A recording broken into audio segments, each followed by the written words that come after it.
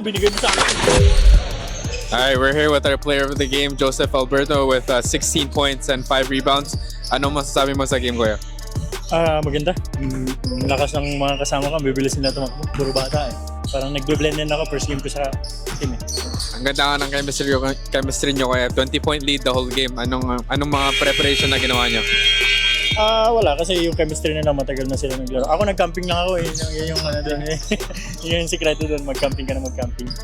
Ano pa mga pwede nyo gawin, Kuya, para ma-build nyo yung chemistry nyo at saka maka-champion kayo this season? Siguro more defense pa. And siguro practice namin shooting namin. Puro kalawang yung kamay namin eh. That's it. Any shoutouts, Kuya? Shout out to my wife and my baby. Salamat sa pagpahig na maglaro ako. Shout out sa Deborah Wilkins and yung manager namin na Reyna Thornhill Honda.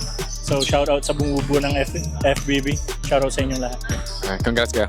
Thank you. Okay, so last shout out. Shout out kay Jaco Lanzona at kay Miko Josh. Thank you.